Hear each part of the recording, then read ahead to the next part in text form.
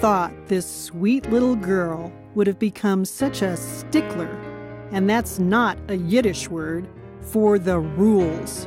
More on that later.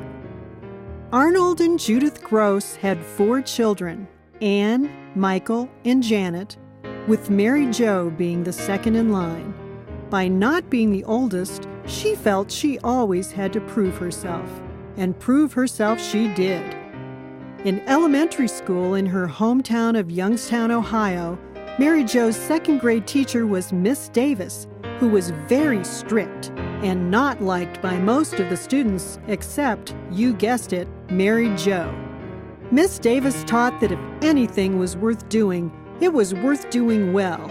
And more importantly, if rules are articulated clearly and enforced uniformly, life is good. If I rule the world, yeah, yeah. Early on, Mary Jo took up stamp collecting and expressed an early and forceful personality in making sure people followed her rules. Mary Jo joined the Girl Scouts early on, and wouldn't you know it, true to her drive, she had more merit badges on her sash than any of the other girls in her troop. She had badges for sewing, canoeing, cooking, music, woodworking, and maybe even drafting real estate contracts. Tennis was big for Mary Jo as she was growing up. There were public courts right down the street, and she took lessons there for a number of summers, apparently to some effect as she won a couple of city tournaments. She also took to the game because the rules were so clear, and she became quite adept at enforcing those rules, such as just wide, fault, nope, not in. People all said, sit down, you're rocking the boat. After apparently terrorizing her high school teachers, Mary Jo followed her siblings to Miami of Ohio in Oxford. Ohio, that is. She loved being a Latin major, and she said her professor, Dr. Kane, was the most astute and interesting teacher she ever had, even singing sometimes during exams. Mary Jo secretly suspected that Dr. Kane might have had a sip or two of that Latin wine before class. I mean, teaching advanced Latin to nerdy students, who wouldn't need some fortification? We've been fortunate to track down one of Mary Jo's early Latin teachers. At least we think he was. O solo mio be. Oh, I remember Mary Jo Gross. She was a student of mine, I think. In my Latin class. She used to sit in the 4th row and stare at me directly all through the class. And she would ask the most annoying questions, like quid pro quo and e pluribus unum and et tu Brute. It was just annoying. Madam Librarian. Because of her lifelong dream of becoming a librarian, I'll put that book back, thank you very much. Mary Jo received a special scholarship to attend the University of Denver School of Librarianship. She got a librarianship position at the Good Catholic School, Matchbuff. Pictured here, Mary Jo is teaching the students the finer points of the slide rule. While the job paid okay, she needed a bit more money for, food and transportation, so she took a part-time secretarial job at the law firm of Fairfield and Woods, first as a fill-in, then as night secretary. I worked with Mary Jo for 15 years as a legal secretary at Fairfield and Woods. And in the morning, I would go into her office, and I would see all this change on her desk, and I would say, Mary Jo, what are you doing? She said, I'm rolling quarters to buy my first brand new car. I believe it was a Toyota Avalon. Well, Mary Jo, here's that last quarter to put you over the top.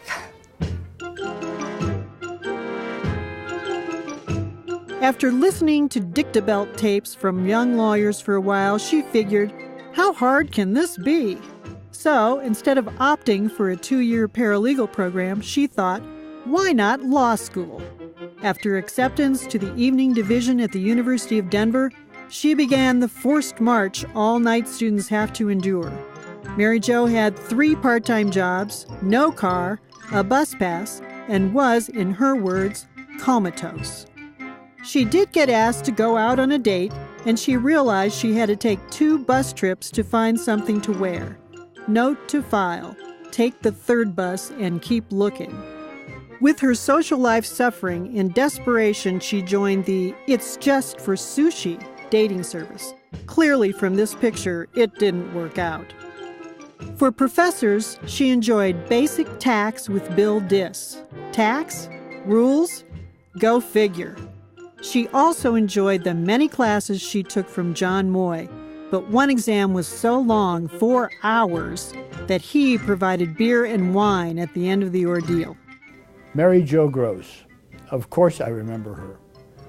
She used to call me Moy the Goy, and she would sit in my classes about 4 rows up and stare at me throughout the entire class.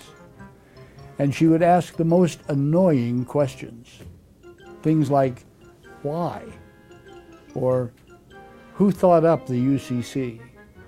Or, when will class be over? You know, she enrolled in every class I taught. I think she was in 4 or 5 of them, and I couldn't get rid of her. After graduation, Fairfield and Woods hired her on as an associate, and Bruce Johnson, a partner, recruited her to become involved in bar activities, specifically the committee working on the Uniform Condominium Act. Continuing what would become a long string of bar association activities, she got active with the Young Lawyers Division and began a lifelong friendship with Kirk Ryder of Grand Junction and Roger Clark of Loveland. To this day, she feels she's been adopted by their families and is the better for it. For many, many years, we have shared holidays.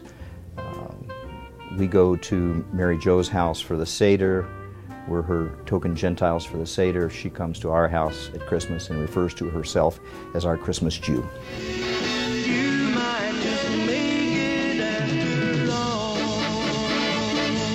Her career as fill-in secretary at Fairfield evolved into a 23-year stint, ending as a partner in their real estate practice. From Fairfield, Mary Jo became in-house counsel to Trans-West Trucks and then United General Title Insurance, and now she is senior vice president and corporate counsel to ET Investments, a spin-off of United General. Bar and law school activities and community activities? Yikes, what hasn't she done? She volunteered at the very first 9 Health Fair. She volunteers at Law Line 9, but admits that rarely does a question come in that deals with the rule in Shelley's case, but she's ready if one does. The Denver Bar Community Action Network can count on MJ to pitch in with school supply and coat drives. She also enjoys hanging out with the seasoned members of the bar, both through the Golden Barristers of DU, but also the Denver Bar Seniors. She loves their parties and they love her. Not discriminating, she also meets and greets new students at DU every year and attends the annual Recent Grad Reunion. Honors? She was selected as the Denver Bar Volunteer of the Year in 2011. Previously, she served on the Board of Trustees and then as president of the Denver Bar Association.